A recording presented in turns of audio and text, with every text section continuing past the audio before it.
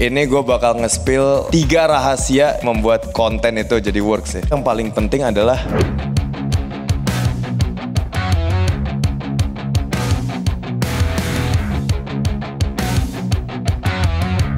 Universitas Bunda Mulia.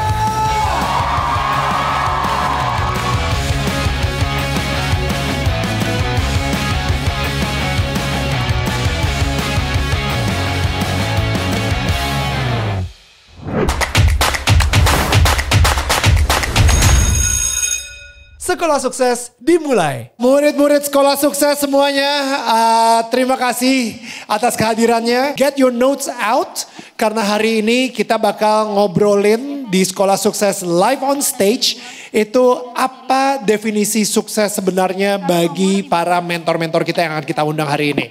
Nah, tapi ini benar-benar sebuah momen yang tidak akan bisa gue lupakan karena ini pertama kalinya kita mengadakan sekolah sukses live on stage. Dan untuk pertama kali juga kita mengadakannya di Universitas Bunda Mulia. Bersama kalian semua yang ada di sini.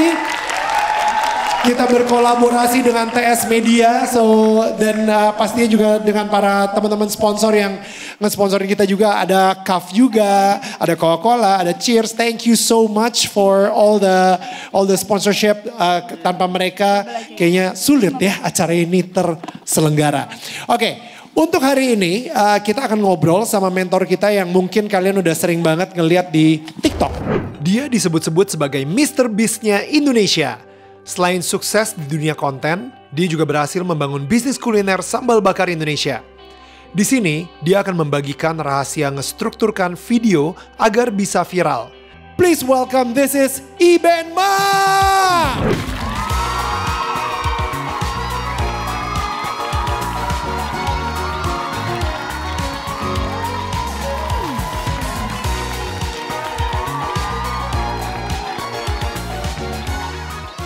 Let's go, let's go. Tuh, mana fansnya Iben Ma, mana suaranya? Yang paling kencang suaranya dapat TV soalnya.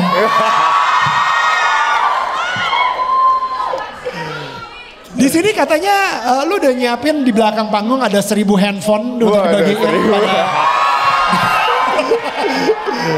ada, tapi ada hadiah nanti buat mereka. Oh gitu? Ada. Wih, beneran ada hadiahnya lagi nanti. Jadi ya? makanya diperhatikan ya, ada. Ya, luar biasa.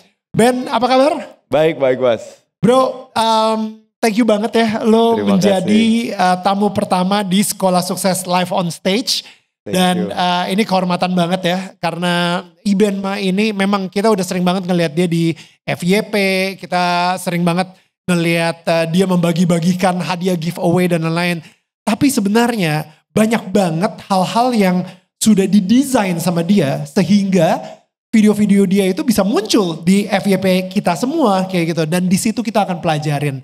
Nah Ben, pertama-tama mungkin gue akan mulai dengan introduce lu dulu. Dimana lu sebenarnya kan bukan berawal dari content creator kan. Lu itu sebenarnya hukum kan. Iya benar Mas. Jadi, kuliahnya hukum. Bener, salam kenal semuanya. Mungkin ini karena audiensnya ini masih pada kuliah semua kan ya? Jadi dulunya tuh awalnya kuliahnya hukum. Right. Tapi habis itu setelah bekerja di bidang hukum, akhirnya mulai konten. Dan sekarang ya udah jadi full time konten dan ngurusin sambal bakar.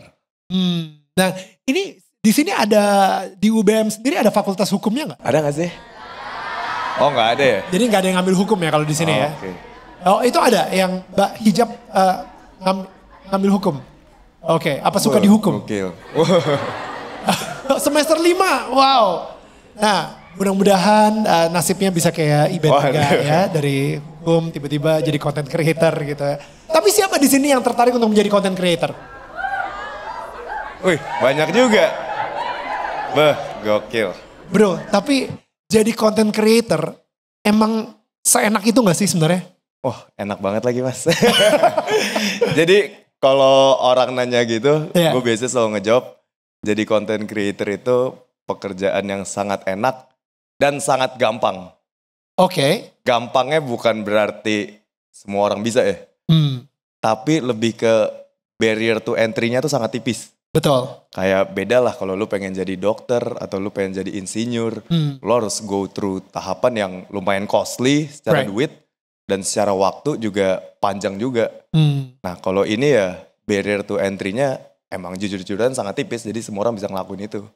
Nah ketika dulu kan lu sebenarnya masih sekolah di hukum ya, masih kuliah dan habis itu lu kerja di salah satu lawyer office gitu ya. Iya. Bilangnya apa itu, kantor pengacara? Law firm. Yeah. Sorry. Di law firm. Nah tapi ketika di law firm tiba-tiba masuklah COVID. Bener. Dan pas di COVID itu lu mulai ngonten pertama kali. Yes. Dan itu pun juga ngontennya di law firm tersebut. Di kantor. Yes. Sama anak-anak kantor situ. Iya. Nah lalu di yang pertama kalinya lu ngonten itu tiba-tiba hit 10 juta. Iya, video viewers gitu. Bener. Bro, gue actually belum sempet nonton, tapi itu sebenarnya kontennya apa sih yang di 10 juta itu? Agak nggak penting sih. Jadi waktu itu kontennya tuh bener-bener lagi iseng di kantor, ngetes cewek bisa ngelakuin ini tapi cowok nggak bisa. Terus orang jadi penasaran dengan kayak kenapa cewek bisa dan cowok nggak bisa. Ya. Mungkin setelah dipelajarin sekarang, oh ternyata baru tahu alasannya, oh ini video orang nonton sampai akhir dan jadi lebih menarik. Iya, awal itu sih konten itu. Itu lu padahal sama teman-teman di law office itu kan, di law firm itu kan. Iya. Dari mereka ada nggak yang akhirnya terinspirasi untuk jadi content creator juga? Jadi fun fact nih tadi yang buat mau jadi content creator. Dulu pas gue di law firm itu hampir semuanya malah nyuruh gue jangan lanjutin konten. Jadi pada nyuruh berhenti kayak ngapain sih lu konten-konten. Tapi akhirnya gue tetap lanjutin aja sih. Suruh lu tetap setia dengan jadi di law tersebut, di law firm tersebut gitu. Iya, jadi buat yang mahasiswa yang pada udah mulai konten terus ada nih berapa pihak yang bilang kayak udahlah di drop aja ngapain sih. Nah itu jangan dengerin tuh. Oke, kenapa? Karena kalau misalnya lu kan dapat tuh 10 juta penonton, 10 juta viewers gitu ya. Tapi video kedua lu inget gak berapa viewers? Drop banget. Oke. Drop banget, ya jauh lah, nggak nyampe segitu. Video ketiga? Masih drop juga, terus habis itu baru ada video lagi. Kapan? Video keberapa yang sampai akhirnya hit? Kayaknya seminggu setelah itu deh. Cepet banget. Ya lumayan sih, karena tiap hari ngepost juga sih waktu itu. Oke. Tapi pada saat itu views bukan jadi yang ininya gue sih mas. Bukan jadi acuannya gue. Karena pada saat itu ngelakuinnya based on karena emang gue suka ngelakuin itu juga. Kenapa? Mungkin karena kerja jadi lawyer membosankan ya. Jadi itu satu-satunya hal yang entertaining dan di waktu luang gue ya jadi kayak refreshingnya gue tuh bikin konten gitu. Right. Nah ini buat mahasiswa yang sekarang ini lagi masih kuliah gitu ya. Lu rekomendasiin gak mereka untuk meninggalkan kuliahnya dan jadi content creator? Meninggalkan kuliah? Iya dong. Langsung dapet duit bro, langsung full time. Enggak sih kalau itu. Karena Steve Jobs, Bill Gates katanya gak lulus kuliah semua kan. Nih kalau dari gue ya. Ya. Jadi gue tuh ada manajemen talent juga mas. Right. Namanya LLTTFOC. Dan salah satu di situ itu ada yang masih. Kalian umuran berapa sih? 19. Ya 19-20 lah ya sekitar segitu. Nah ada satu talent gue yang umur segitu juga. Namanya Elo.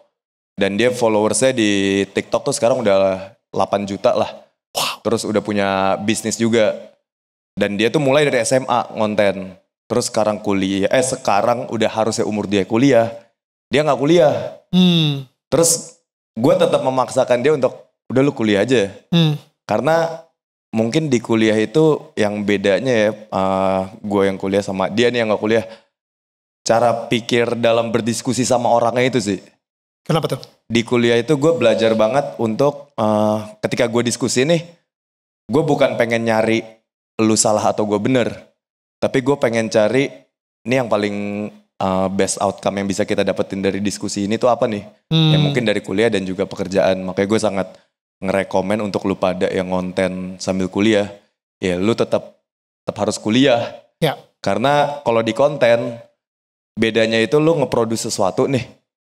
Terus abis itu lu tuh diskusinya langsung sama publik gitu. Ya. Publik yang langsung ngasih feedback lu. Nah kalau lu udah terbiasa diskusi dengan si mahasiswa-mahasiswa yang lain, lu otomatis tuh jadi bisa lebih tahu kayak, oh publik tuh maunya apa. Gue cara menyampaikan ke publik tuh gimana. Karena ya kalau ke mahasiswa lu kan, lu salah ngomong atau apa ya paling lu cuma diomongin doang. Tapi kalau lu content creator ya lu salah ngomong atau bakal ribet tuh panjang urusannya nanti. Ini menarik ya, sekali lagi ya, banyak banget yang mikir kalau misalnya lu kalau bikin konten itu yang deket banget sama hidup lu. Ya. Saat itu hidup lu kan masih jadi lawyer atau hukum lah intinya di law firm gitu ya. Ya. Kenapa lu nggak ngonten yang berdekatan dengan urusan perhukuman di Indonesia? Oke, kalau pada saat itu mungkin lebih karena udah tiap hari gue ngebahas tentang hukum itu sih. Oke. Jadi gue memilih untuk kira-kira apa nih hal lain yang bisa jadi refreshingnya gue. Right. Kalau itu gue masukin hukum lagi mungkin boring ya. Ya. Tapi tetap gue selalu ngerekomen orang yang memulai konten itu untuk lu pakai dengan resources yang lu ada. Resources itu entah skill, koneksi, atau duit, ya harus berangkat dari situ dulu. Karena walaupun let's say lu bilang pengen konten yang lu suka, ya tapi kalau nggak ada resources yang sehubungan dengan itu, pasti kontennya ya most likely nggak works juga. Gue ngelihat ya sebagai Iben ini sebagai content creator, dia sendiri juga bukan content creator yang ngasal aja gitu. Kayak oke, dia posting mudah-mudahan viral, lu bener-bener ngeformulain banget gitu. Yeah. Nah sempet gue dengar salah satu interview lu, ada setiap hari lu brainstorm sama tim lu dan lu bahkan ada papan tulis di mana di desain banget gitu setiap kontennya. Boleh nggak di-share ke kita? Mungkin nggak tahu ya, apakah lu bisa share sebanyak itu juga rahasianya supaya minimal ini nih guaranteed bisa FYP. Oke. Nah, nih tadi yang ngonten, mana yang mau ngonten suaranya? Oh, itu oke. Nih tapi buat kebanyakan jurusan apa sih di sini? Akuntansi. Yang berhubungan dengan marketing ada nggak? Oh, Ilkom. Nah, Ilkom oke.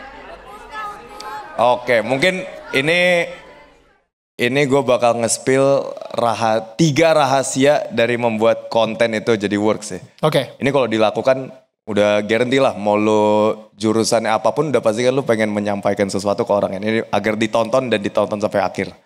Yang pertama itu yang paling penting adalah di zaman sekarang itu the first 5 seconds ya. The first 5 seconds dimana lo harus bisa bikin orang tuh udah langsung, ini apaan nih, video tentang apa? Ini akan ngomongin apa dan di ending visualnya akan kayak gimana. Orang harus bertanya-tanya lah. Tentang 5 detik pertamanya itu tuh udah harus bikin sekepo itu. Itu kalau misalkan lu gosip sama temen lu, ya lu pasti ada lah temen gosip lu yang 5 detik awalnya tuh gak interesting, tapi ada yang interesting nih. Nah pasti lu lebih dengerin yang si interesting. Iya. Nah yang pertama tuh si first 5 seconds. Terus yang kedua itu retention time. Retention time artinya apa tuh? Nah ini retention time ini paling penting lah dalam menyajikan konten apapun. Itu gimana caranya kita nge-maintain agar orang itu nonton video kita sampai habis. Oke. Jadi retention time itu sebenarnya persentase video lu ditonton berapa persen dibandingkan dengan duration whole videonya itu. Oke. Misalkan video lu 60 detik, ditontonnya 30 detik, berarti retention time lu 50%. Nah, itu harus sangat di-maintain karena semakin retention time lu gede, ya by system, aplikasi apapun lah YouTube atau TikTok itu akan nyebar video lu kemana-mana lagi karena istilahnya video lu bisa mendatangkan crowd, jadi ya aplikasinya seneng lah. Ya. Itu yang kedua. Nah yang ketiga ini yang kadang orang suka miss nih. Kalau ini kan agak teknis ya. Ya. Tapi yang ketiga ini kayak istilahnya lebih ke bukan teknis sih, itu something new. Oke. Something new nih jujur gue agak nggak bisa menjelaskan something new itu gimana. Oke, sorry. Yang pertama tadi first 5 seconds. First 5 seconds, yang kedua retention time, yang ketiga something new. Yeah. Nah, something new itu maksudnya sesuatu yang orang mungkin belum pernah lihat, tapi di konten lo ada sesuatu yang baru pertama kali mereka lihat. Yes, bener. Nah, si something new ini ya, tapi kan ada peribahasa there is nothing new under the sun kan. Cuma kalau di konten ini kadang nih bisa dicari celah. Gue nih menyajikan something new itu kayak gimana. Contoh ya misalkan ya. Contoh kalian content creator yang pengen bikin konten makanan gitu. Mukbang. Oke, mukbang. Mukbang itu biasa related sama samyang. Makan samyang. Makan samyang tuh something new. Udah ada yang pernah lihat belum? Orang makan samyang. di konten. Pernah, oke. Nah terus, gue harus bikin yang something new. Berarti gue makan 5 samyang deh. Udah ada yang pernah ngeliat orang makan 5 samyang di konten? Oh pernah. Nah terus lu pikir lagi tuh. Oh udah pernah ada yang makan 5 samyang. Oh yaudah deh. Kalau gitu gue coba makan 5 samyang tapi di atas pesawat. Udah ada yang pernah ngeliat belum orang makan 5 samyang di atas pesawat? Belum. Oh belum. Nah udah ada yang pernah. Ya Oke. udah. Nah abis itu gue mikir, oh berarti udah ada yang pernah. Yaudah deh gue bikin makan samyang 5 porsi di atas pesawat bareng Pak Prabowo. Udah ada yang pernah lihat belum? Belum tuh. Udah ada yang pernah. Itu kayaknya gue belum juga itu. Nah si something new itu tuh lama-lama ya emang harus dipikirin. Dan tadi yang lu bilang itu Mas, kalau gue discuss sama tim gue tiap hari, ya yang kita bahas itu. Apalagi yang baru. Something new-nya itu apa gitu. Iya.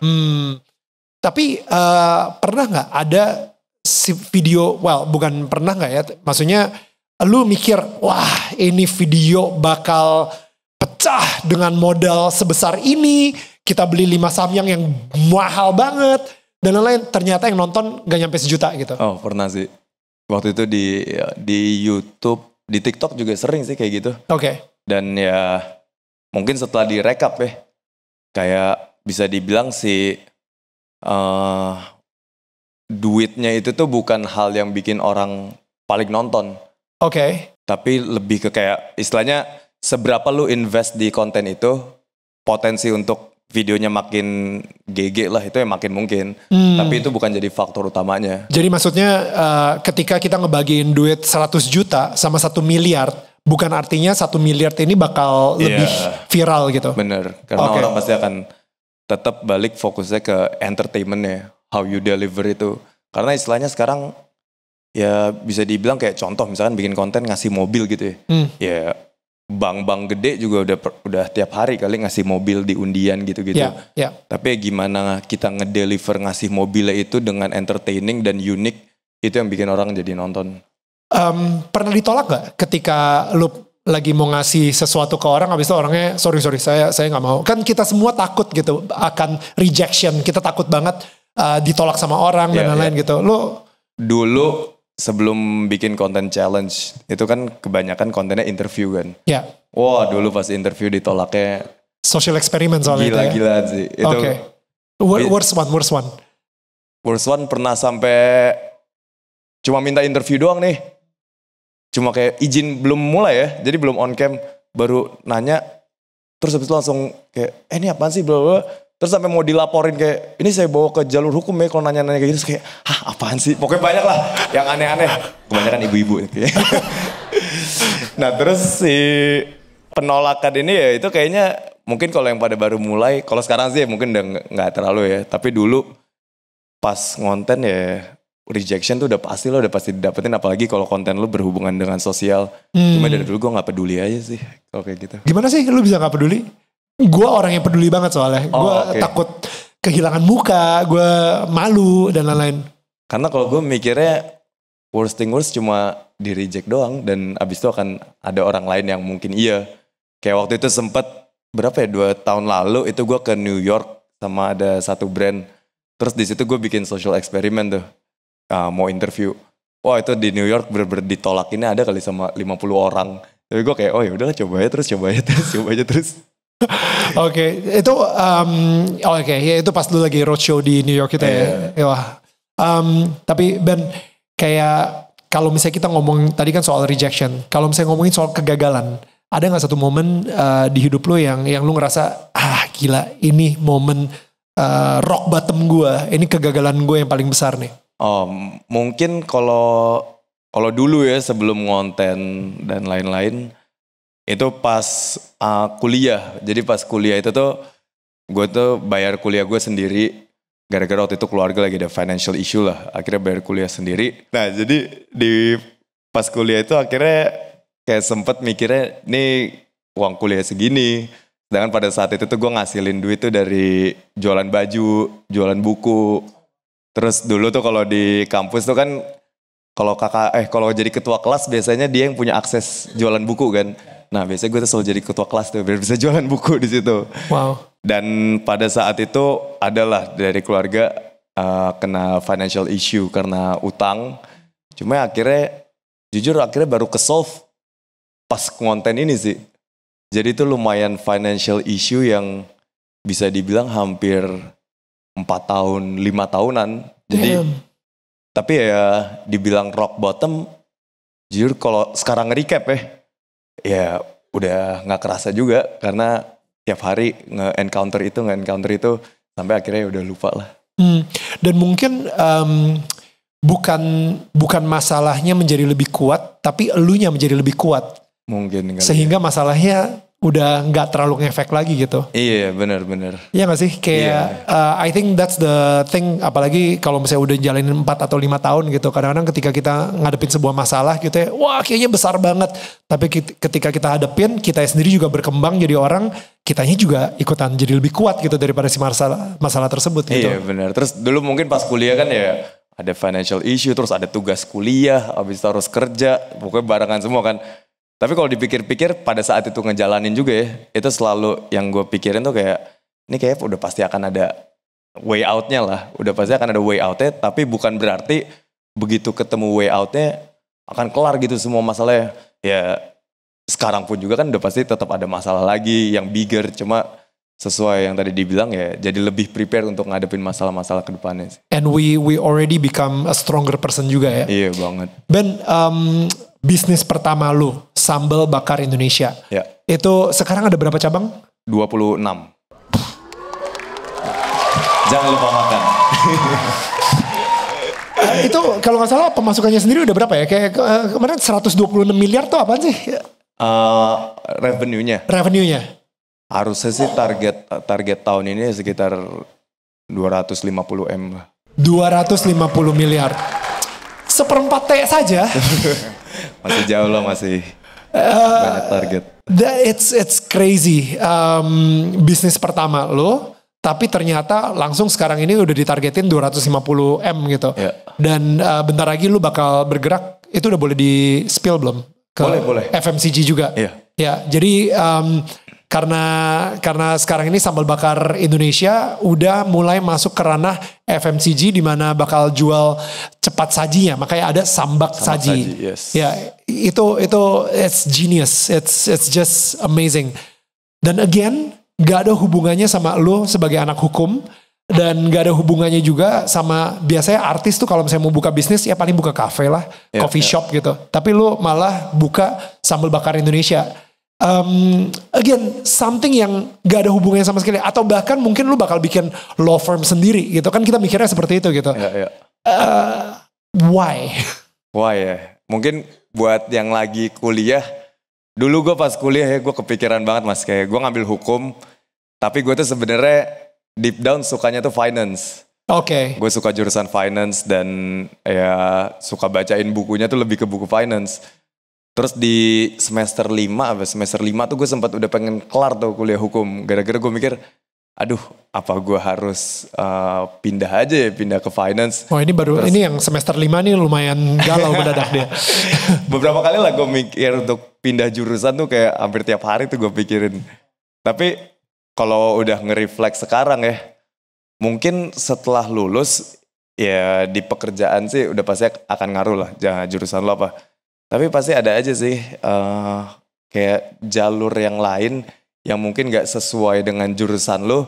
Tapi itu jalur yang kayak, wah ini harus gue ambil nih. Tapi keep in mind bahwa gue ngerasa udah pasti si kuliah lo itu tetap akan berguna sih ke apapun pekerjaan lo sekarang. Kayak contoh ya, ini gue gak tahu cocok logi atau apa, tapi gue selalu mikirnya tuh kayak gitu. Kayak dulu kan gue di jurusan hukum kan. Gue di jurusan hukum itu gue selalu dikasih, oh ini ada suatu project, projectnya itu ini, coba lu assess masalahnya apa, abis itu kira-kira solusinya apa, terus gimana cara ngedeliver paling bagus itu. Nah sekarang gue tuh nge-treat konten tuh jadi kayak gue nge-treat itu juga gitu, kayak gue nge-treat dulu kerjaan gue di bidang hukum, kayak oh ini ada suatu project, kira-kira paling bagus gue bikinnya gimana, terus gue butuh resources apa aja. Jadi ya udah pasti dengan kuliah jurusan apa itu ya ngebantu framework pikirnya itu lah. Itu jadi kayak lu adalah dari sekolah hukum dengan cara mikir hukum, tapi ada di industri content creation gitu.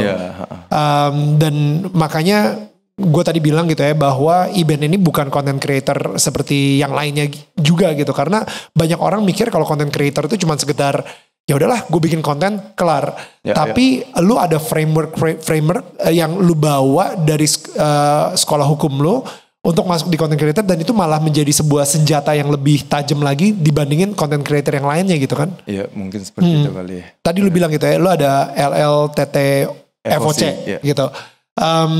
Di manajemen itu sekarang ada berapa orang? 19 orang? 19 orang. 19 orang. Nah dari 19 orang itu, dengan framework yang lu punya, itu kan berarti lu yang mentorin juga dan lain-lain gitu.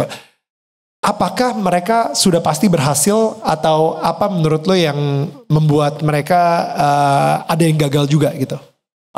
Kalau gue ngelihatnya ya dari 19 itu pasti performance-nya beda-beda sih. Secara engagement ada yang naik, ada yang turun, beda-beda semua lah.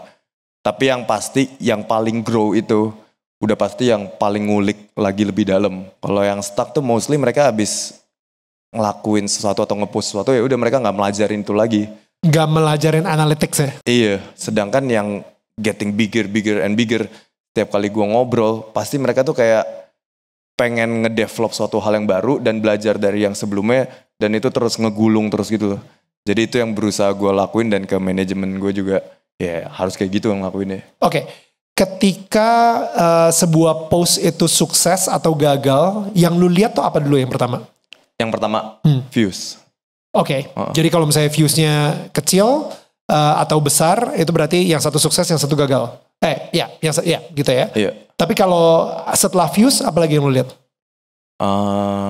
Mungkin ini agak bukan analitik secara bukan analitik secara angka, tapi lebih ke sense gue aja gitu. Kayak contoh, gue ada video yang satu 50 juta views, yang satu lagi juga 50 juta views. Tapi nggak tahu kenapa ada satu video yang lebih diomongin di DM, atau orang ketemu gue langsung, kayak ketemu langsung tuh kayak gue lihat tuh video lo yang itu, gue lihat tuh video itu.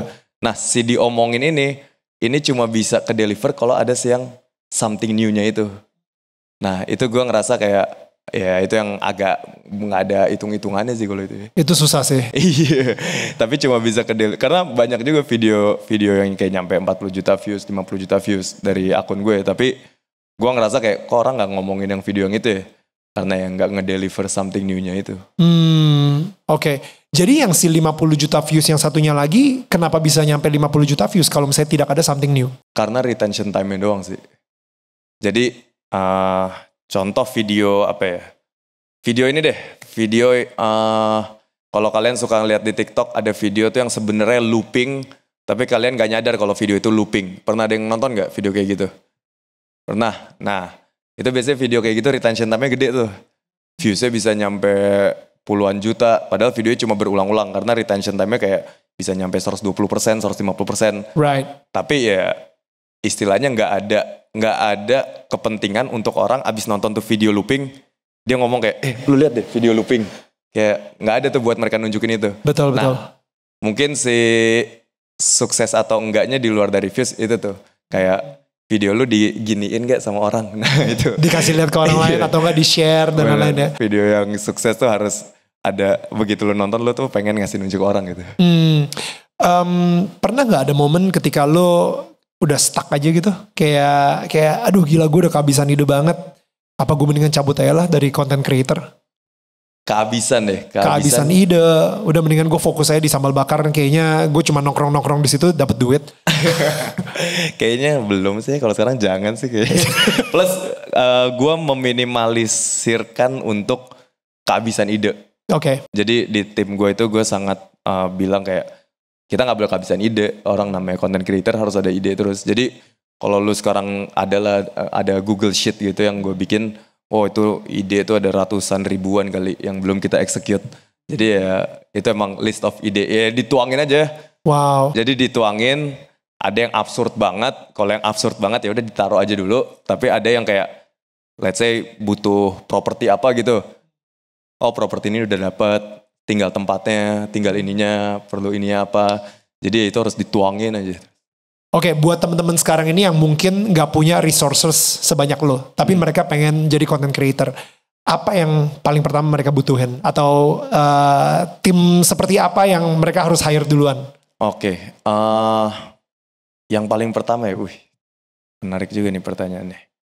Kalau HP kan udah pada punya ya semua pasti ya. Udah pada punya HP semua kan? HP-nya HP ada standarnya gitu gak sih kalau misalnya di TikTok atau di Instagram gitu kayak harus pakai HP merek ini dengan standar ini biar bisa viral, atau HP justru semakin jelek HP-nya mungkin bisa lebih viral. Gak ada sih, HP apapun works lah zaman sekarang. Kalau HP menjadi kendala lu dalam konten itu berarti alasan lah. Wow. Kayaknya kalau sekarang ya yang diperluin ya. Ini yang gue omongin juga ke tim gue sendiri mas. Karena gue itu siapapun yang kerja bareng gue nge-encourage mereka untuk konten juga. Karena salah satu content creator yang di tim gue juga pun itu dulunya editor gue.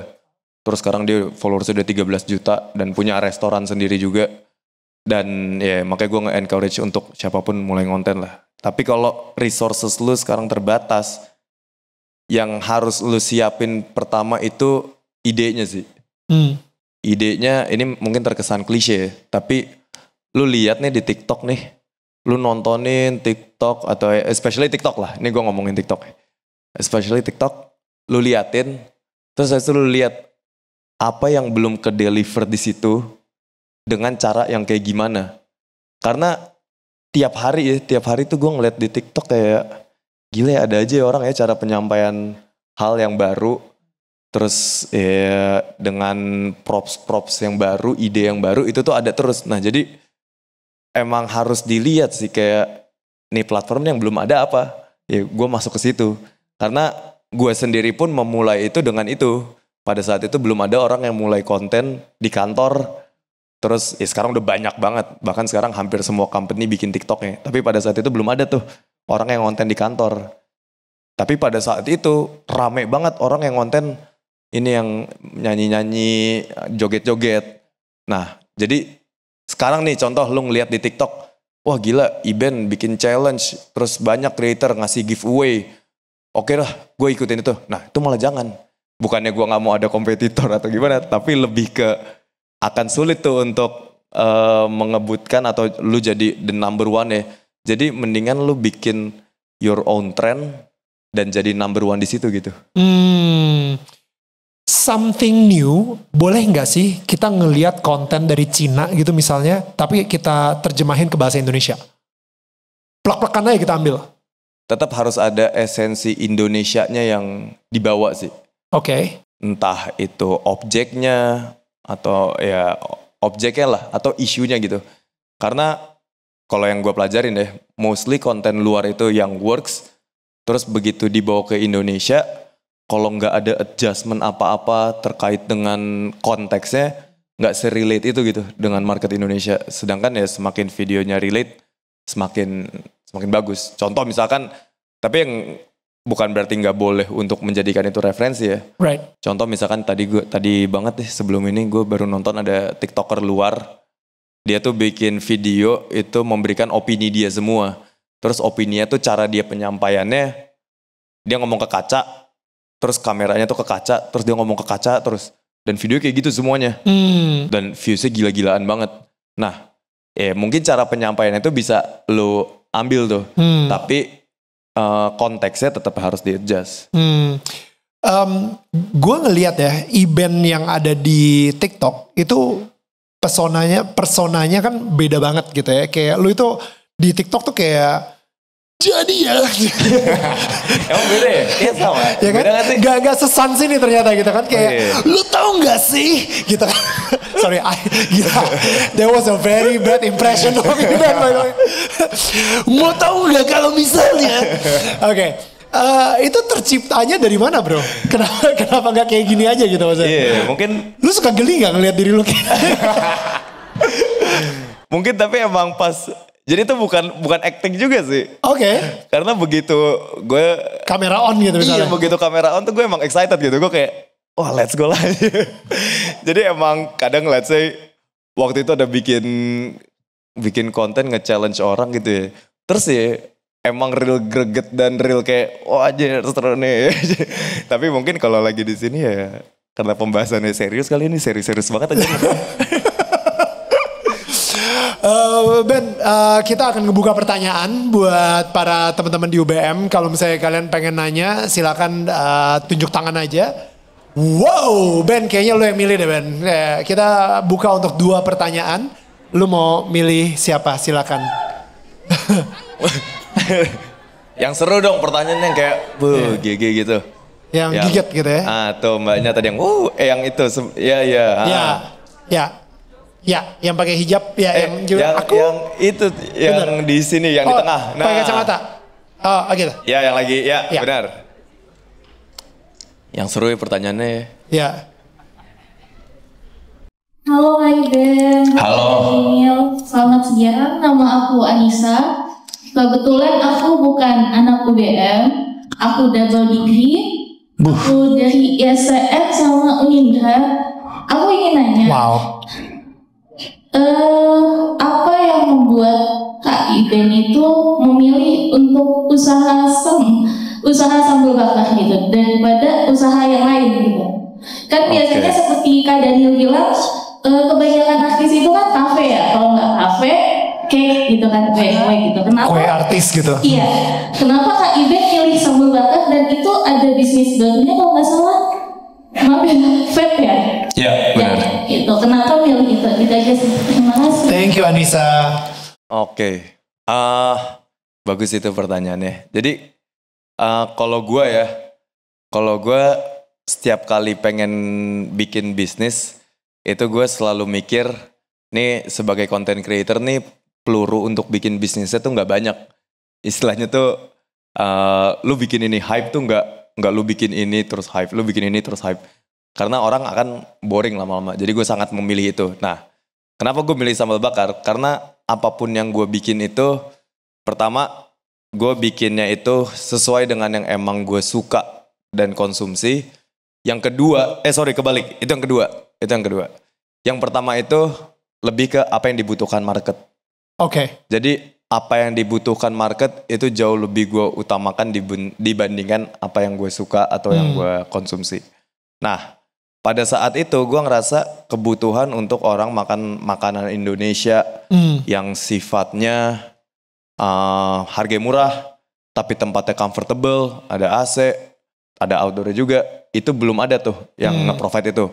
Kayak lu makan makanan Indonesia, mostly ya, either di mall yang emang agak pricey, atau ya udah di jalanan yang tendaan, yang tempatnya agak kurang nyaman. Nah, ini kita pengen ngehit market yang ada di tengah itu, yang murah tapi tempatnya tetap nyaman. Nah, kalau misalkan gue istilahnya egois gitu ya, gue akan bikin yang gue suka aja dan gue pakai gitu. Kayak contoh, kenapa gue nggak bisnis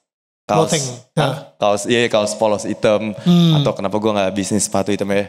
Kalau ini yang ketiga nih kenapanya, karena market share-nya. Jadi gue ngerasa gue kalau bikin bisnis gue pengen yang market share-nya tuh bisa segila-gilanya lah. Bisa jadi top di Indonesia bahkan luar negeri. Dan gue ngerasa di Indonesia ya F&B dan FMCG ya. Itu masih yang megang dan gila banget sih. Jadi gue sangat mementingkan untuk ya market share-nya itu segede apa. Potensi dari bisnis ini segede apa. Kayak kenapa gue gak bisnis apa ya yang kayak skincare. Ya ada ya alasannya tadi. Iya, bisa di-share.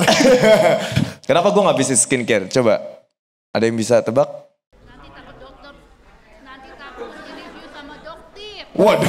Nanti takut di-review sama tim dokter. Enggak, ada alasannya kalau itu. Karena sesuai gue pelajarin analisa TikTok Shop dan kawan-kawan, yang kulitnya hitam tuh gak laku kalau jual.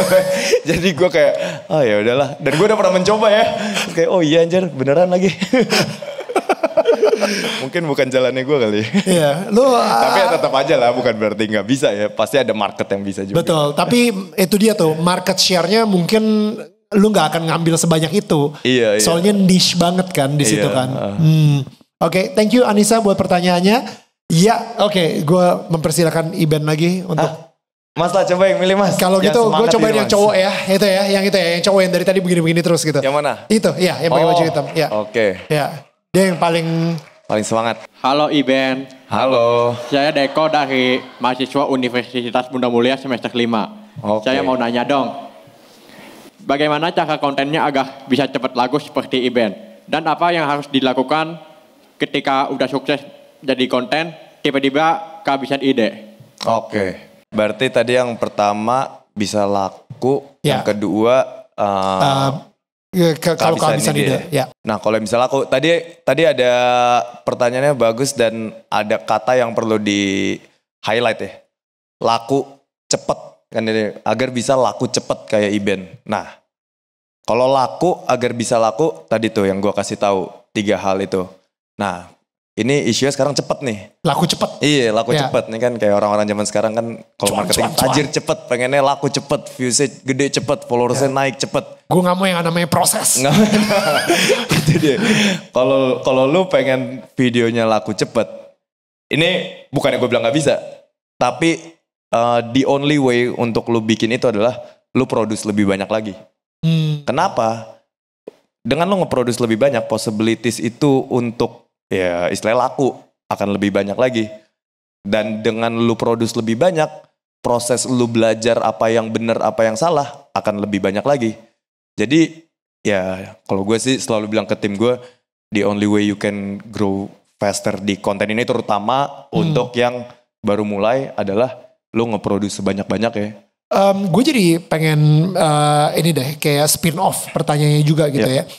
Kedisiplinan lu sendiri seperti apa sih? Kalau misalnya udah ngomongin soal research, R&D, ideation, kayak tadi lu ngelihat TikTok, itu lu bukan lagi mager abis itu sambil ngeliat TikTok kan. Lu actually udah ada pemikiran, oke, ini gue lagi research nih untuk TikTok. Itu lu kasih waktu berapa lama atau, dan lu kalau misalnya lagi mager, lu ngeliat TikTok atau enggak?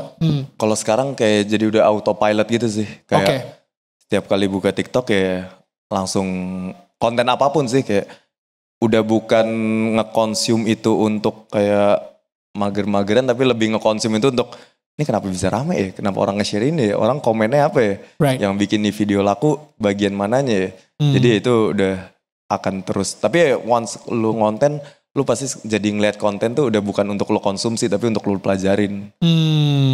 Dan itulah si idea tadi itu mudah-mudahan bisa ngejawab pertanyaan Koko juga. Kalau misalnya sudah sukses dan ideation kadang-kadang datangnya justru dari bener dan harus open up banget sih ideation dari siapapun deh. Makanya kalau di tim gue sih sekarang bener-bener semua harus bisa ideation. Karena kita nggak tahu kayak ideation bagus datangnya dari mana. Dan dicatat di Google Doc itu. Iya, selalu. Wow. Oke, kayaknya masih ada waktu satu pertanyaan lagi yang baju kuning biar cepet. Sorry ya, baju kuning. Baju kuning. Langsung aja di tengah sini. Selamat sore Kak Iben, Kak Daniel. Sore. Nama aku Ayang Ambarita. Halo Ayang. Halo. Kak, aku mau tanya dong Kak Iben ya. Aku kan bekerja. Aku tuh bosen bekerja. Aku pengen banget yang namanya usaha seperti Kak Iben. Tapi aku tidak ada modal. Bagaimana itu caranya Kak? Kalau aku tidak ada modal, apa yang harus aku jual? Karena terus terang sudah tidak ada lagi barang yang harus aku jual. Ya, ini real, ini nyata. Kehidupan ekonomi kita beda gitu loh. Itu yang pertama. Kalau boleh ya dimodalin juga sih dari kakak. Mau usaha apa emang ya Ayang? Nah, usahanya itu yang bagus yang seperti apa yang agar bisa cepat laku. Iya, balik gitu loh. Terusnya yang terakhir Kak, aku mau nanya, kakak kan juga konten. Ajak dong aku ikutan Kak. Terima kasih Kak. Terima kasih Ayang. Oke. Ya. Kalau Iben bisa ngasih satu rahasia yang cepat laku bisnis tanpa modal, gue lakuin malam ini. Gila. Oke, kalau tadi kan berarti nanya usaha apa dan perlu modal. Nah, kalau gue ada ide usaha apa dan gue punya modal ya pasti gue lakuin sendiri tuh, gak gue kasih ke lu. Jadi karena gue pernah ada di posisi pada saat itu gue kerja kantoran, terus gue ngonten, dan ngonten itu gue treatnya itu sebagai side business gue. Jadi bukan berarti gue ngonten itu bukan bisnis, gue dari dulu selalu nganggep ngonten itu bisnis karena itu ada cost, terus ada revenue juga, terus ada pencatatan yang harus lo lakuin, lo harus punya tim, jadi gue selalu nganggep itu kayak bisnis. Nah, kalau misalkan sekarang itu lo lagi kerja dan lo pengen ada side bisnisnya itu dan istilahnya meninggalkan pekerjaan lo gitu. Kalau gue sangat merekomendasikan ya ngonten. Karena jujur costnya minim lah. Pakai handphone. Costnya minim dan lo bisa nggak sedikit orang yang istilahnya mulai ngonten dari bener-bener nobody yang bahkan dari di luar Jakarta juga terus tiba-tiba jadi gede. Kenapa? Karena ya jujur costnya kecil dan untuk lu invest di awal itu nggak segede bisnis-bisnis lain. Lu nggak harus nyewa tempat dulu, lu nggak harus hire tim dulu, lu bisa dengan kamera lu sendiri. Jadi ya gue sangat merekomendasikan untuk melakukan itu sih. Yang gue sempat research juga, lu di law firm tersebut gaji lu sempat 21 juta per bulan. Iya, 21 juta. Itu gede lo bro. Lumayan ya. tapi itu pas udah kerja. Ya, jadi head legal ya. Awalnya tuh gajinya dulu pas di law firm sempat 500.000 gajinya sebulan tuh.